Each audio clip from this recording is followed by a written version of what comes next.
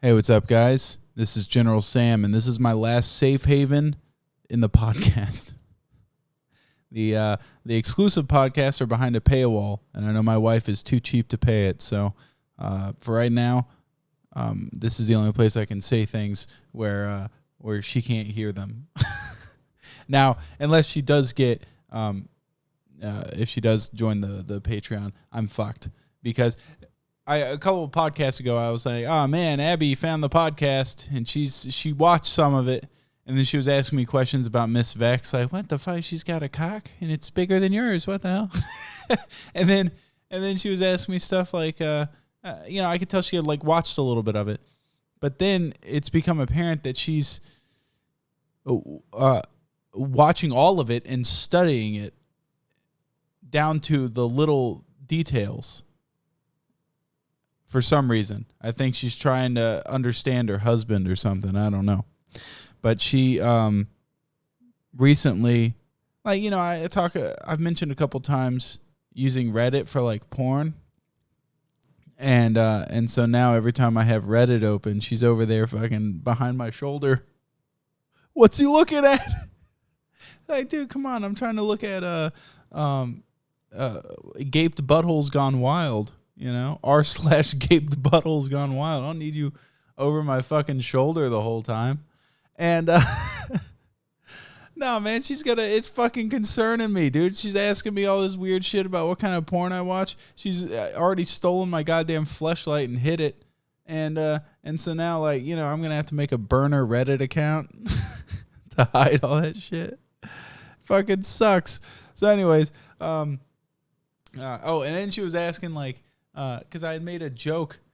Like, nothing's a joke to her anymore. Nothing's just for laughs. It's all like she's actually trying to figure me out, which I don't like, because then if she actually sits down and tries to figure me out, then she'll realize that there ain't much to me.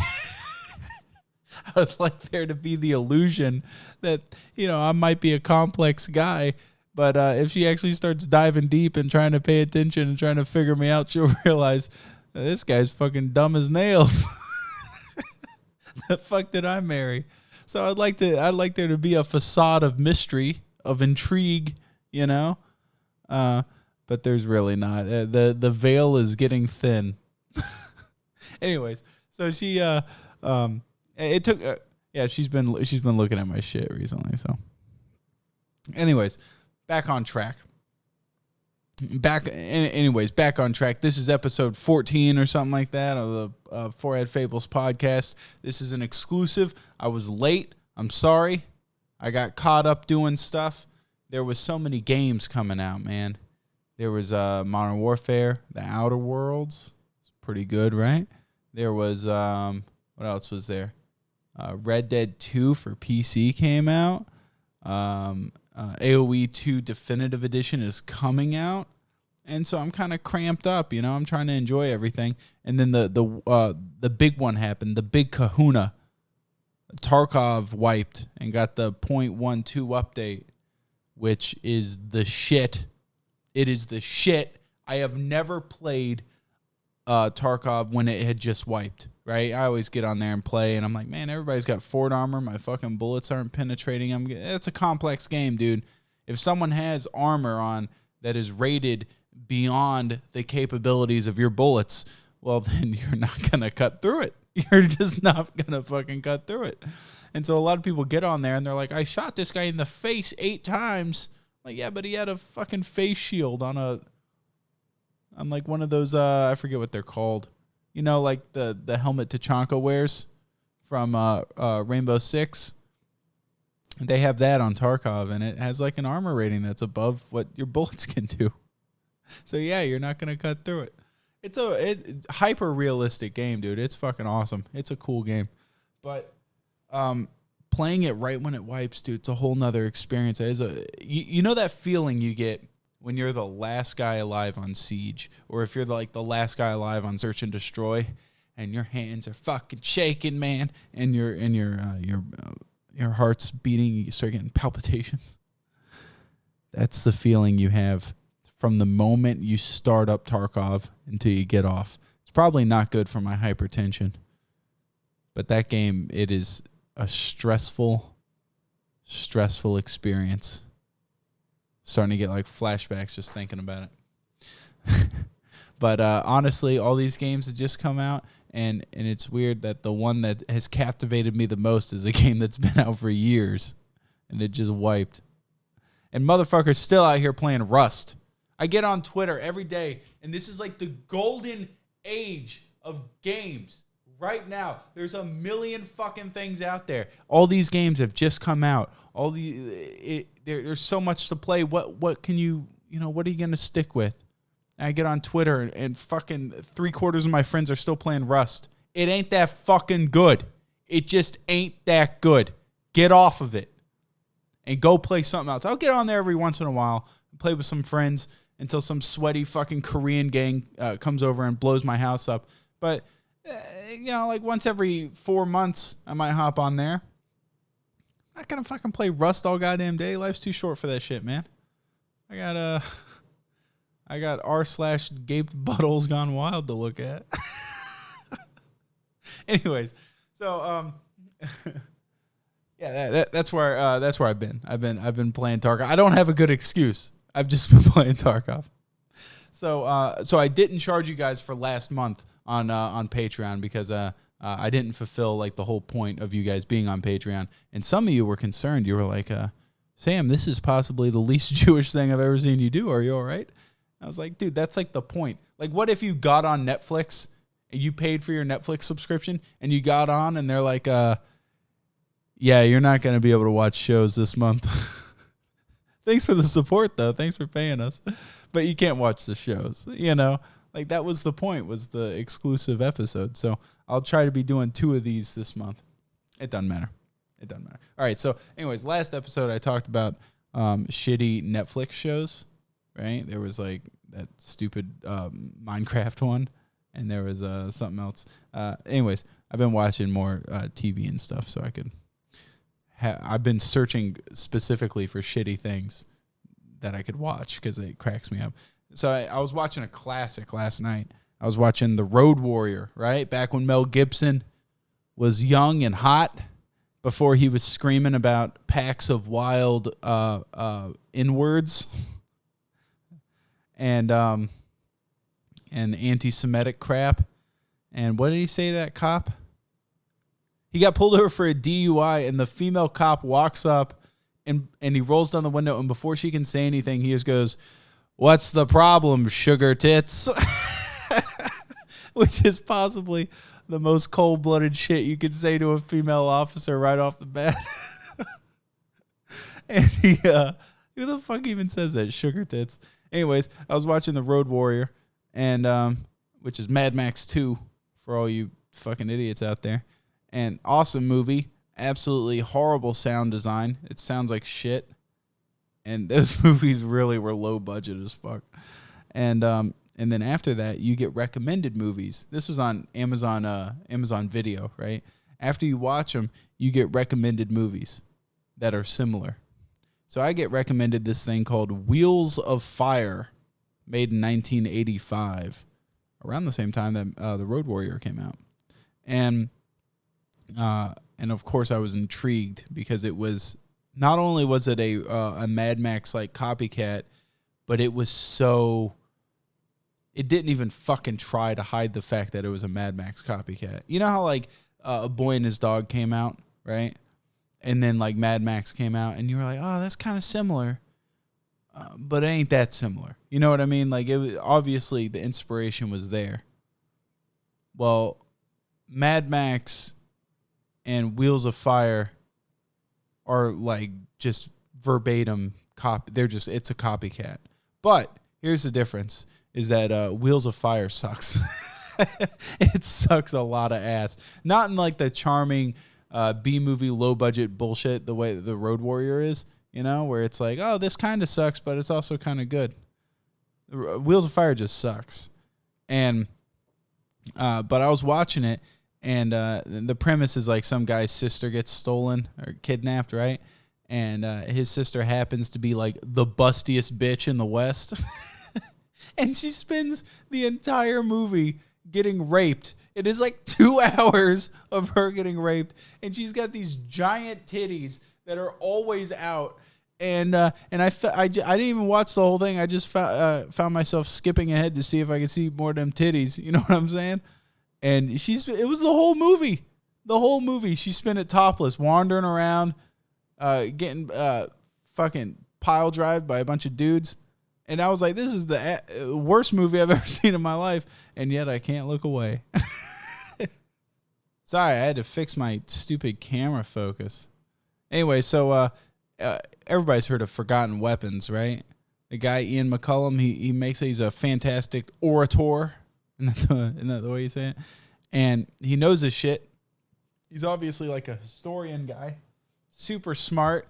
He's got a rockin' ponytail. And he isn't a pedophile, so he's like one of 3 guys out there that has that claim to fame. And he apparently has been publishing videos to Amazon Prime Video. I got out of here, and you see all these, like, everybody judges a book by its cover, right? And so I'm sitting there looking at all these movies, and sometimes I just pick movies based off the picture, the thumbnail for that movie. And I'm sitting there going through, and I see all these professionally done ones that look great. And then all of a sudden, I see this bullshit called Guns of Espionage.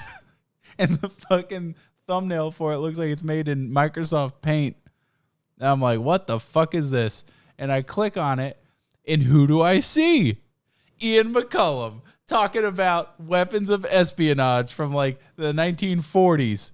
And it's 2 hours. I don't even think he made it for this thing. What it is I think he took every episode of Forgotten Weapons that dealt with weapons that were used during espionage, and then he like pieced them together. And then some company paid for them to be put on Amazon Prime Video. So I'm sure he got a kickback for that, which, you know, you can't blame the guy. But it's horribly done. It is really horribly done. The thumbnails look like ass. They're hilarious. Go look this shit up. He's got and it doesn't just stop at like 1 or 2. He's got Guns of Espionage, Guns of Hollywood, Guns of the Safari. My personal favorite, Big Ass Guns is the name of one. He also has Cool Guns, which has a picture of like a gun with a knife on the end of it, and then it has icicles on the left and right side. And then Guns of Mystery. There's like a whole series of these things. They're each like 2 hours long. And it's just, like I said, it's his episodes of Forgotten Weapons pieced together in like one big movie almost. But the transitioning music between the episodes is so fucking loud. It just drowns him out. You can't even hear him anymore. He should be yelling. Like the music comes on, right? And it's like, it's some stupid like action, upbeat stuff.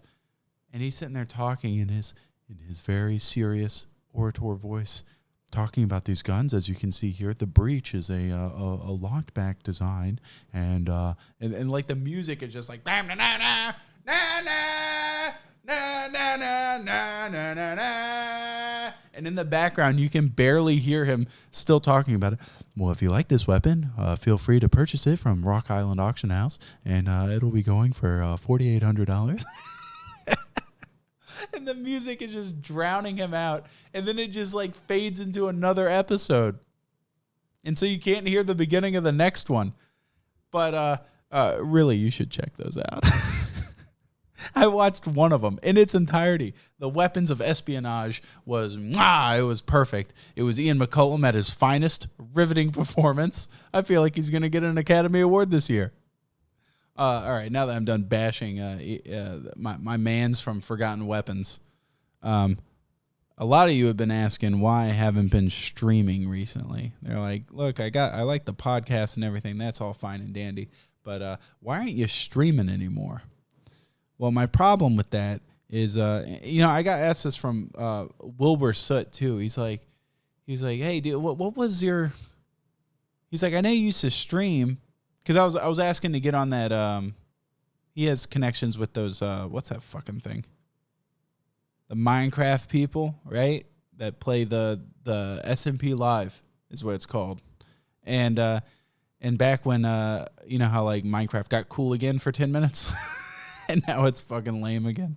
But when that was like popping off, S&P Live, right?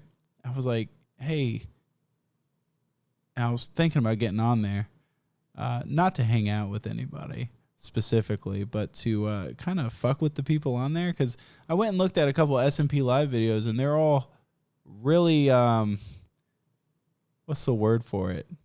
You know, like family friendly, like wholesome shit. And I was like, dude, I bet you I could fuck with these people easy. Anyway, so he was like, dude, you can't be on here unless you stream.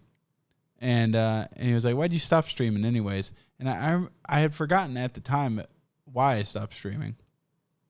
And then I remembered there was 2 reasons. And I'm going to tell you those reasons right now. The first is that there's a time to stream. You have to stream during prime time.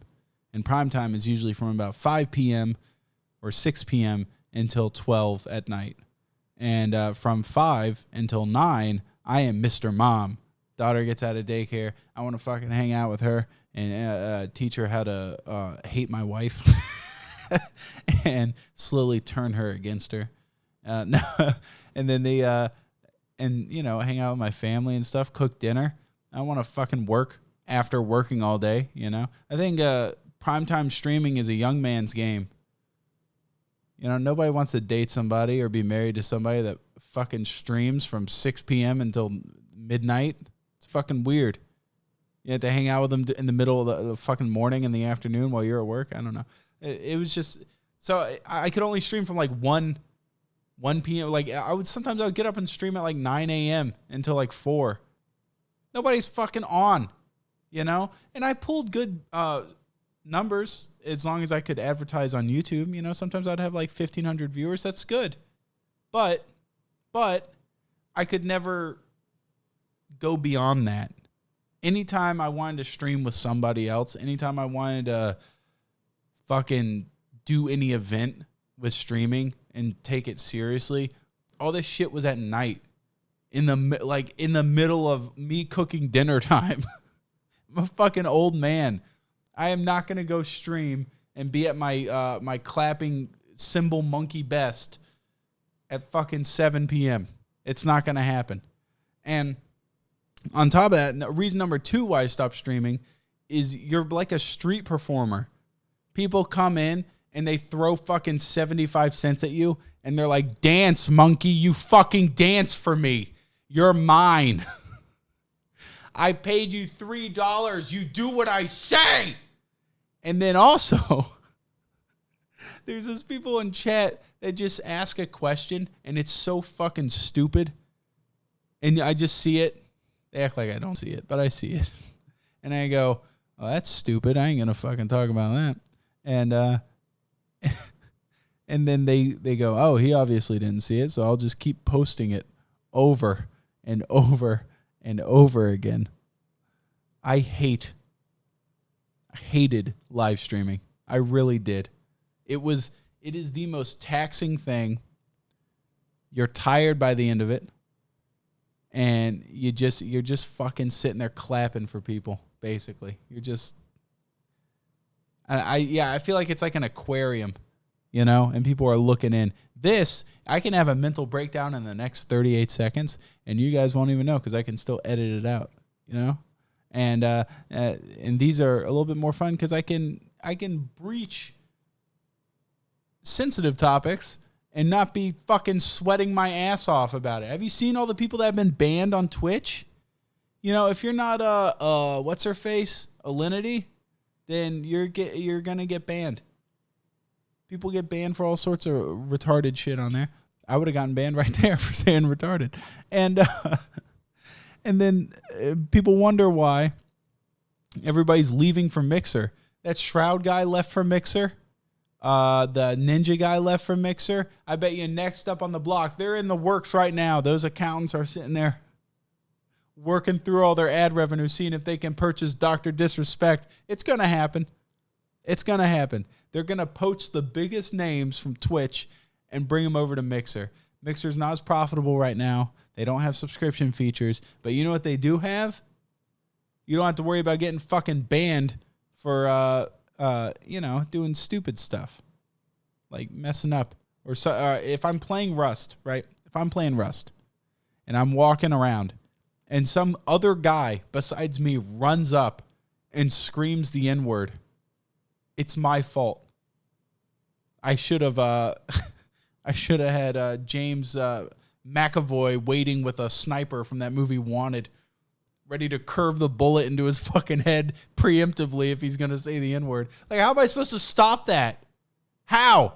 I don't know. And they act like it's your fault. I guess I should have my stream on a delay so I can turn it off before that even happens. I've seen people getting just raided by people screaming obscenities, and they just...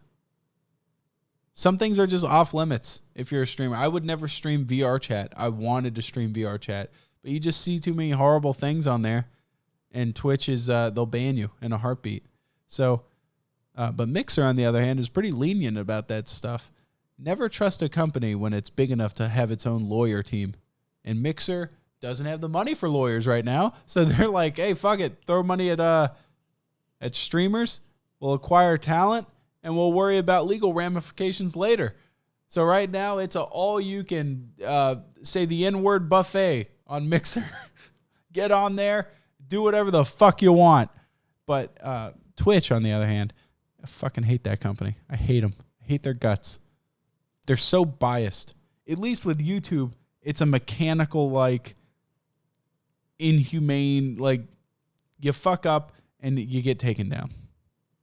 You can't appeal. That's the breaks.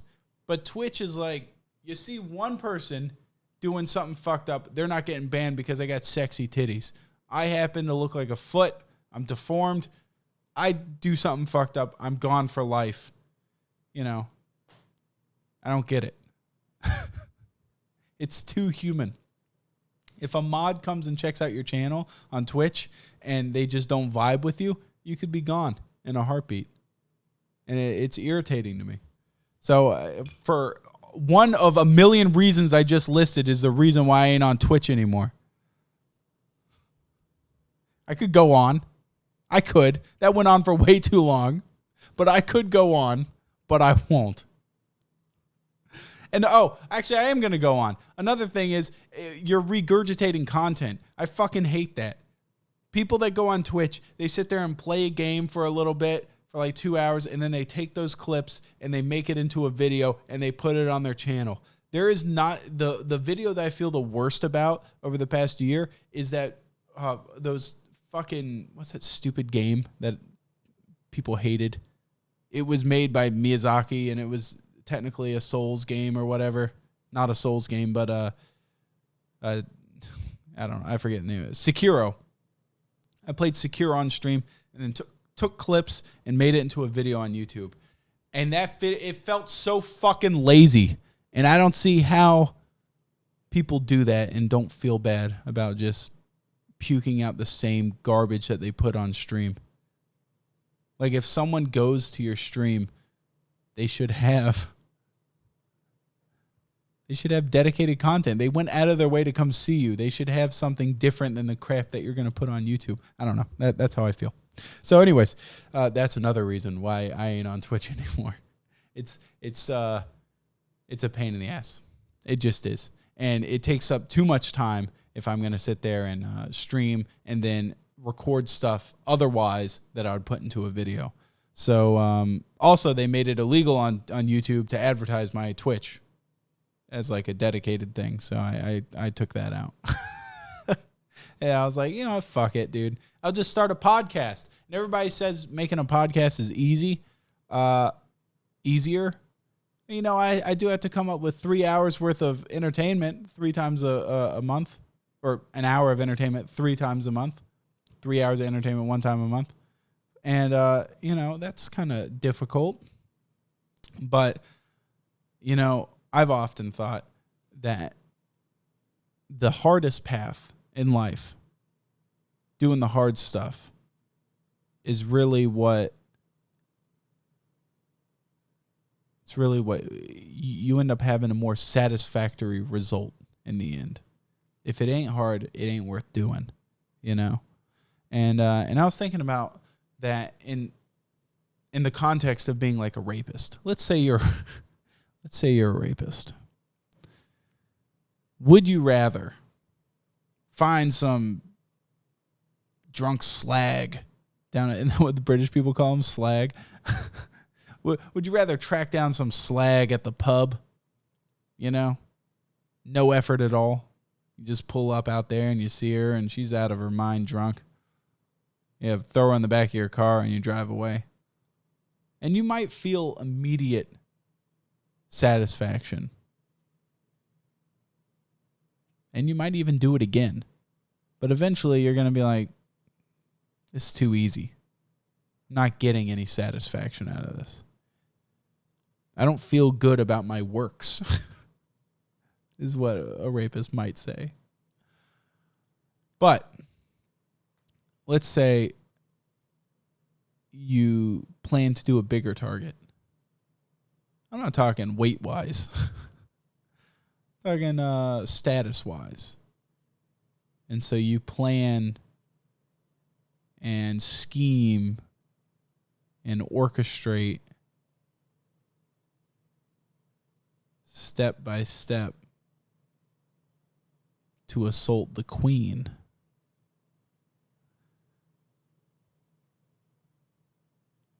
At the end of that, that's a rape worth remembering. That's fucking horrible. That is fucking horrible. You know, I'm going to have to scrap everything I just said in the past 5 minutes, because if I could, you know what? I'm just going to go ahead and scrap everything I just said in the past 5 minutes. And people say that,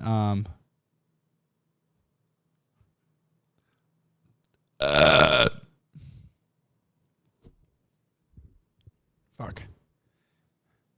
Yeah, I'm going to go ahead and scrap everything I've said in the past 5 minutes, because that's what's great about doing this, where I can edit it, is that I can go way too fucking far and fix it in post. I'll just go ahead and cut that out. It was, even for an exclusive podcast, that got really fucking dark. It doesn't matter. It doesn't matter. Point is that, God, that's fucking rough. Where's my phone? You guys asked me, or you guys didn't ask me. I asked you guys, hey, send in your problems, and I'll be Mr. Therapy Guy.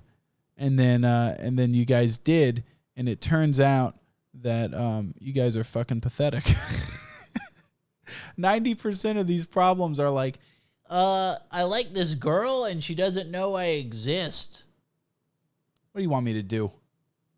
Just go fucking talk to her. I looked at your profile picture. You look like a foot. I'm sorry. All right? Sometimes you're going to have to realize the lady you're fucking looking at is way out of your league. So unless you're super charming and super confident, which you're not, because you messaged me about it, only the bottom of the barrel listens to this. All right? If you're listening to this right now, you are not a super Chad guy that gets super hot puss. So fucking wipe that off the table and go get some ugly Velma looking motherfucker. All right.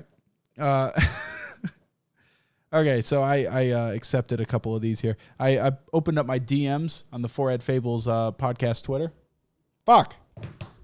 This thing keeps going down like a limp cock. And I went through. Most of these sucked, but I accepted the ones that were worth reading off. And they all say, you accepted the request. Get the fuck out of here, Abby. She keeps texting me, dude. Acting like you're my wife. Okay, that's not good. Okay. Podcast question. This comes from Ethan at Ethan01172611. What a great handle. Podcast question. This isn't even a fucking... This isn't even a good psychiatry question. But if you had an infinite budget, an infinite amount of time, and the best development team on God's green earth, what kind of game would you make for any system, PS4, PC, VR, Neo Geo? and why, personally, I would make a game like Viscera Cleanup Detail where you mop up dead bodies with a historical twist where you play as a German instead of, okay, that's stupid. Anyways, infinite budget, infinite development team.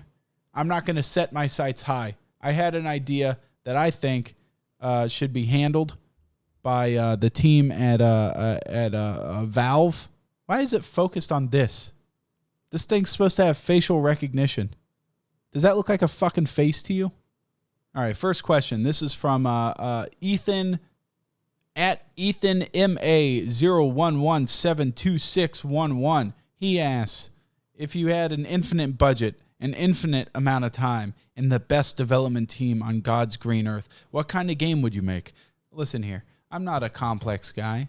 You know, I'm not a guy that shoots for big concepts. I'm not an idea man. But I did have an idea for a very simple VR game.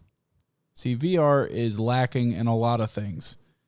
One is people pay $700 for a new headset, and so they only want to pay $5 for games. And so there's no money going into developing games because development teams are like, oh, if I make a $60 game, nobody's going to buy it. So right now, VR is a novelty. All we need to do is get Gabe Newell's fat, disgusting, disfigured ass off of his chair and get him to walk down to his dev team who have been fisting each other for like 8 years. When was the last game that they made? Like, I'm talking game. That stupid digital card bullshit is not a game. And I need them to make VR Portal. Co-op Portal. In VR. How cool would that be? With the Portal gun, VR headset, and Valve just came out with the Index. It's like a match made in heaven. Make Portal VR. Solving puzzles in a walking environment. What's that called? Room scale. Solving a puzzle in room scale, that sounds like that would be the shit. And doing it with a friend, that would be even more the shit. It would be disorienting. I would definitely get motion sickness because people would drop a portal under your feet and then you would end up falling through the ceiling in an infinite falling loop. But I think it would be good. I think it has potential. Get on it. Stop sitting there twiddling your thumbs. These guys haven't. What was the last game that they developed? Really? I can't think of it. Okay, this one is from at Wyakma. He says it's not really a question, but it is. This one's funny to laugh at. He says, I took a girl to prom. She met my best friend, and now they're dating. Any ideas? Thanks, Sam. Dude, you dropped it. Here's the ball. You dropped it. You went out of prom with a girl, and she met someone that was managing. The odds are so in your favor. She agreed to go to prom with you. She dressed up. It's every girl's dream to go to a prom with the guy, and you were that guy. You had a shoe in, and you fucked it up. I don't know how you did it, but it just did. You fucked it up. How else do you want me to put that? That's like a football game starting, and you're like the very beginning. You're already at the 75-yard line. Like you're right there. Just make it the rest, and you somehow threw a fucking interception. I don't know how you did it, but you did. Congratulations to you. I don't have a solution for you. I mean, you're already at the bottom of the well. What do you want me to do? Oh man. Anyways, good luck to you. Thanks for writing in. All right, next one is from at Unsorted Mint. This one's a real novel. I haven't read it yet, but I saw the amount of text, so it has to be good. He says, oh my God, it's political. I fucking hate politics. What do you feel about the current toxicity with the leftists trying to cuck everyone's rights to be able to say whatever the fuck they want to? I remember back years ago, I was a member of Anonymous for 4 years. You know, Guy Fawkes masks. I remember they were protesting free speech. We should be able to say what we want. Pages like, whatever. You know what? I'm just going to go ahead and summarize this with, I can tell where this is going. It's, I joined a group and then they went too extreme. Dude, you need to have both sides communicating. And you need to understand that when one thing swings one way, it's going to swing the other way.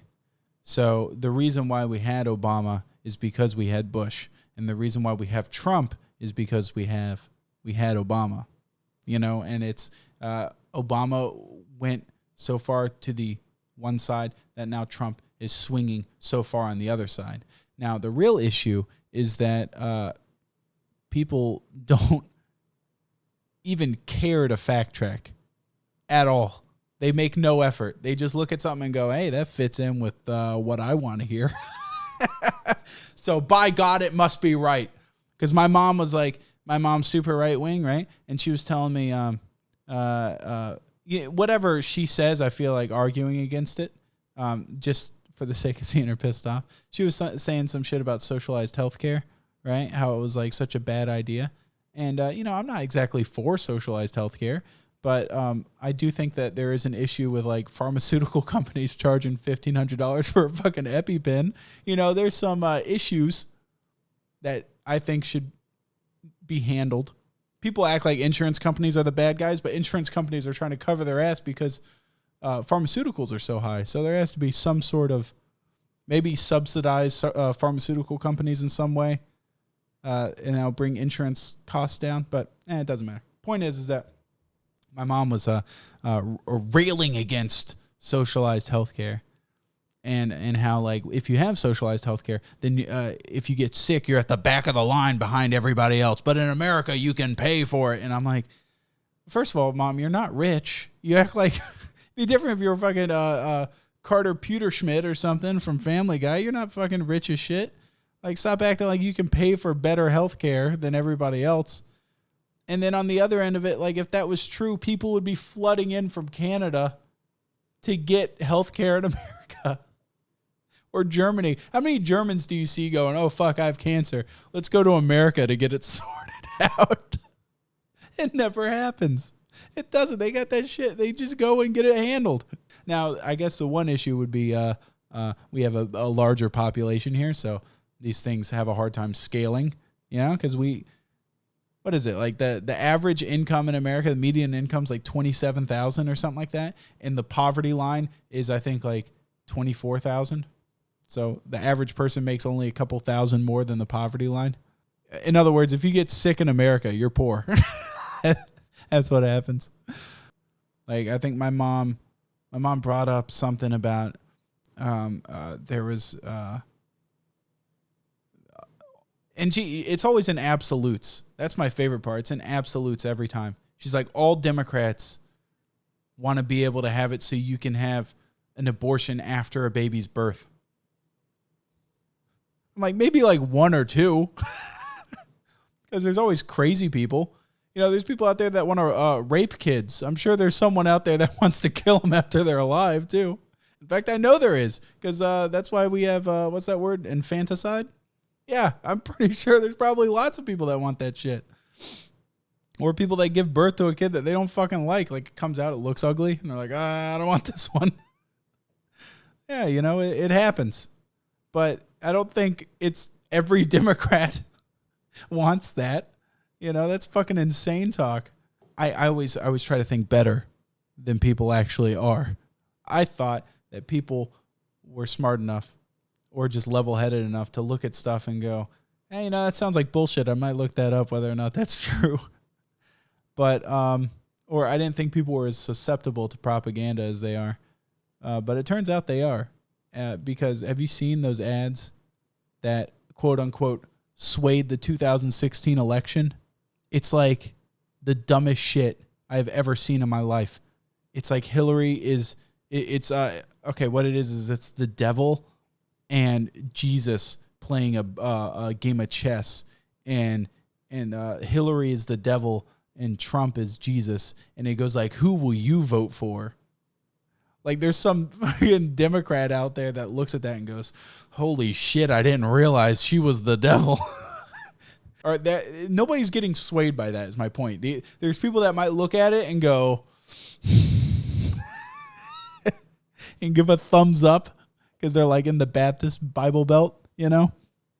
And they already think Hillary's the devil, but nobody's getting swayed by that by any means.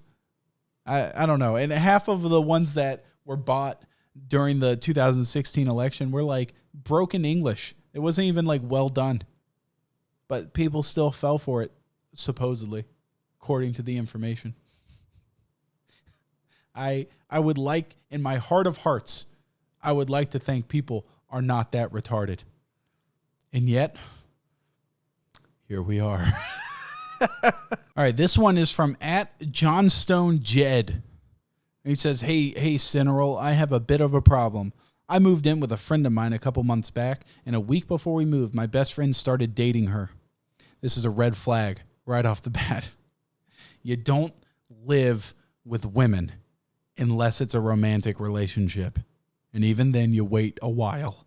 Okay, let me finish this, and then I'll get into that. Things went to shit. She started treating him pretty crappy, and then they broke up a few weeks ago. Domestically, she's great, easy to live with, and nice enough, but we stopped partying together, and she hasn't taken responsibility for her behavior, and it's getting awkward when my friend's constantly pissed off at her. Our lease isn't finished till next year. Do I ditch her for being a cunt, or do I try to manage both friendships?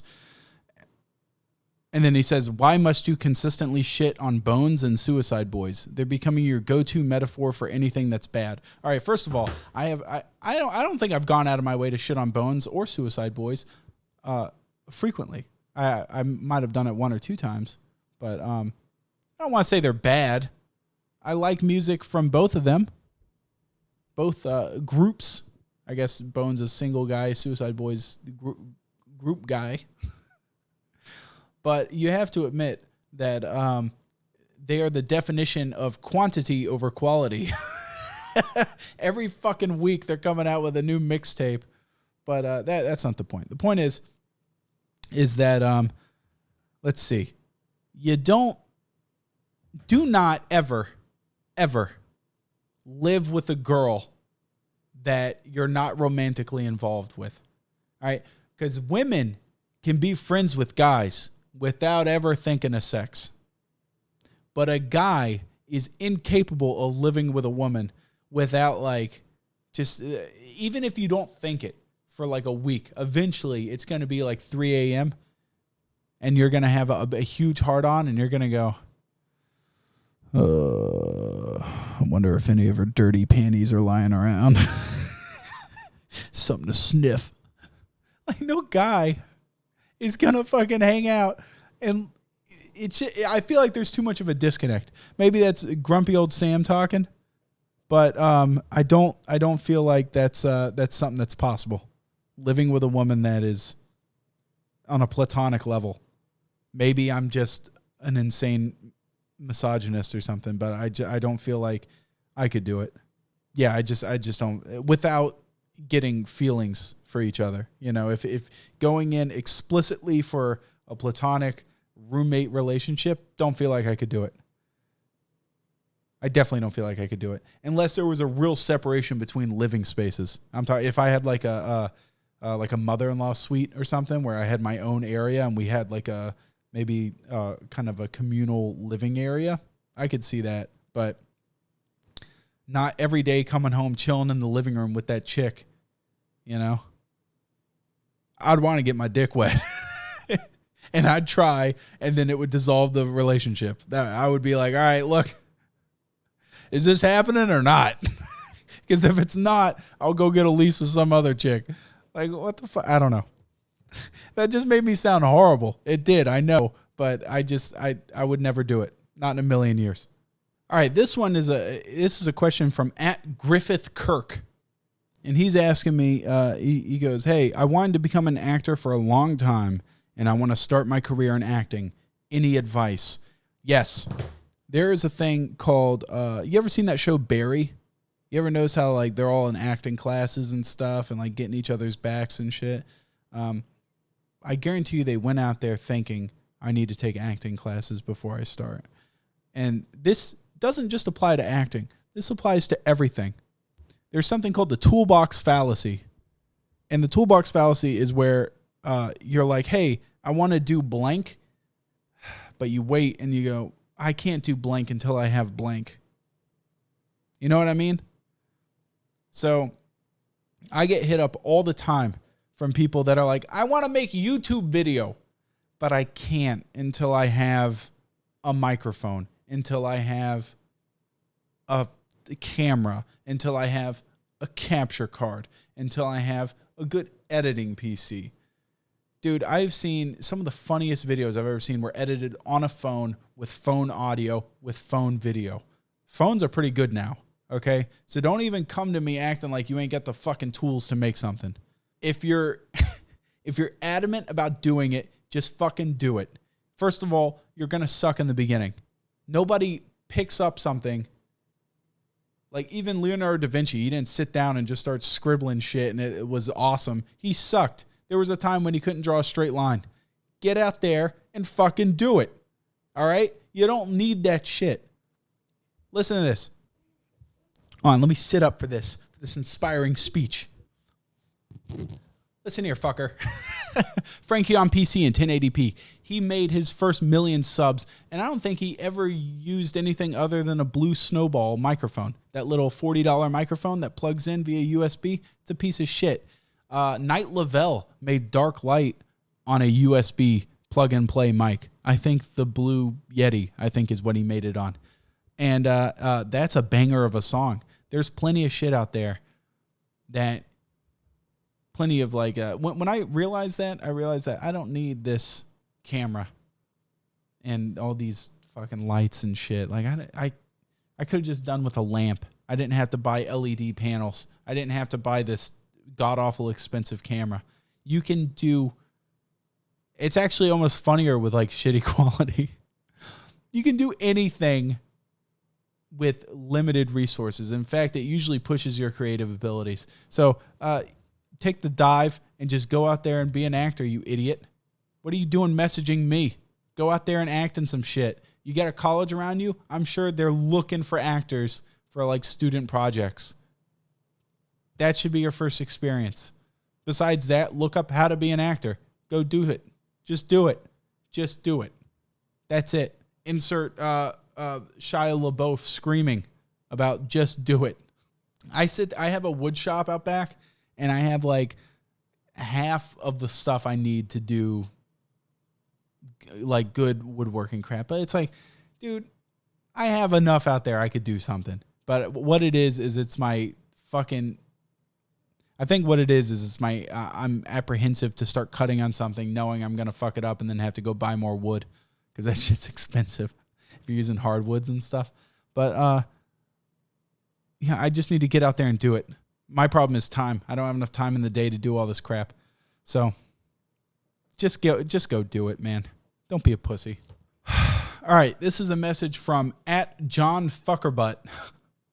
He says, hey, Sam's assistant, longtime listener, first time caller here. I need some advice. I'm a 20-year-old who works 40 to 50 hours on a 13-hour pay. I don't know how much that is. Hold on. I've never worked like an hourly job, so I don't know what that means money-wise. 13 times 45 hours a week. Okay. And then let's do times 2. Okay. You know what? Let's do times 2 again, and then times 12. Let's get that yearly. Okay, that's not good. All right. So he's right there at median income before taxes, I would assume, or after taxes. I don't know.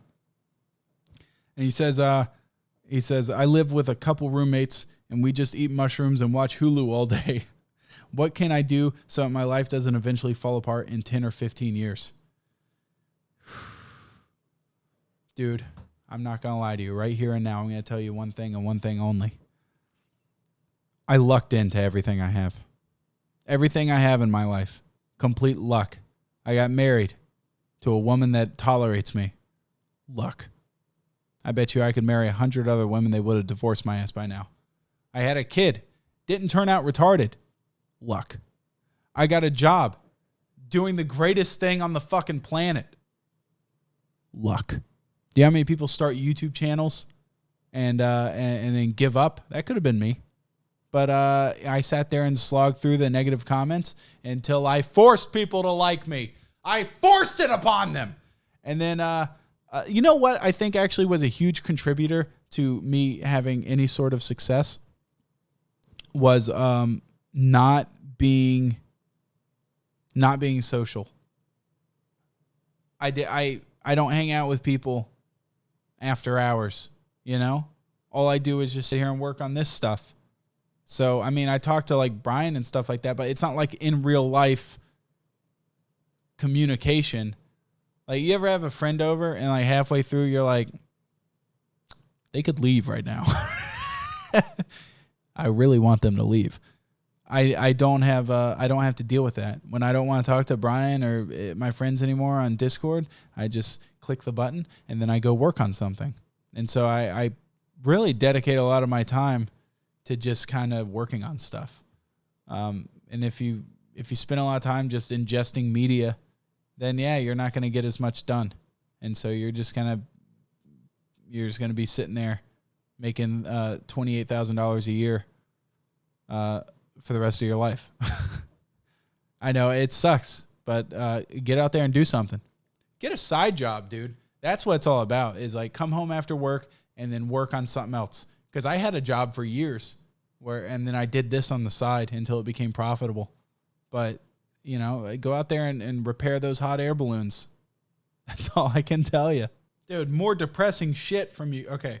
At WiseMove5 asks, so Sam, I was about to watch a new podcast and you said I should DM you with advice, and I really need all the advice I can get. My mom's 53. My dad is 71. Jesus Christ, that's an age gap. My dad hates my mom because he's supposed to be paying the bills, but he ain't doing shit. My mom's hardworking, though lazy at home because she doesn't even want to be in the presence of my father. I might need to get a job soon. I love them both. Maybe it's because I'm fucked, but these two are just toxic, and I want the day where they want to be together again. I miss being like 8-year-old. I miss being like 8 years old and both of them holding my hands on each side where I just swing with the teamwork of both of them. I just really need advice on how to help these two grow back together. I'm going to stop you right there, Chief. Dude, why I even ask for advice stuff? Because I'm not the person for that. Look, you're not them. Why do you care? My parents got divorced when I was a kid, and I was like, okay, well, it's not my marriage. Bye. Why does it bother you? Who fucking cares? So what? They were happy. People change. That's just how it goes. All right. In 10 years, if they divorce right now, in 10 years, they're going to look back on it and go, they're only going to remember the good times. You know, that's part of humanity. That's part of being human, is forgetting the bad shit in your past. That's why women can sit there and squeeze a child out of their tight little pink pussies with absolute agony and then forget about it and want to have another kid in a year. We are designed to forget the bad shit. And like my mom looks back on marriage with my dad and she like remembers only the good stuff. And I'm like, yeah, what about the bad shit? Do you forget about that too? I mean, there was a reason you got divorced, right? I don't really know all the details of their relationship, but you know, 50% of marriages end in divorce, and it's just a flip of the coin, man. You know, I think naturally, I don't know the word for this, but naturally, in the day before we developed a society, we live in a society. Humans were supposed to have a partner like every 8 years, which sounds about right, because me and Abby had for about 8 years, it was just nothing but fucking roses the whole time. It was great. And then after about 8 years, that's when communication becomes very important. That's when it becomes, you have to compromise and give and take and settle issues. And if you just stop caring, then it falls apart. And it sounds like your mom and your dad just stopped giving a shit. Now, what they don't realize is that you live once, And once you're dead, you're fucking gone. So they might as well get a fucking divorce now and move on with their life because they only have like medium age is 75 years, right? That's the life expectancy. You got 75 years to be happy. And they've wasted years of being pissed off with each other day in and day out. It's wasted time. Now, how old was your dad? Your dad's 71. Statistically, he has 4 more years left. I would get a divorce and go do something cool for 4 years if I was him and go die in a ditch somewhere with no money. But yeah, it might be selfish on his part. But that's my advice. It's not really to you. But if your dad's watching this, get a divorce buddy. Get out there and be somebody. You ain't got much time left. All right, on to the next one. I'm really saving lives today. I'm happy about this.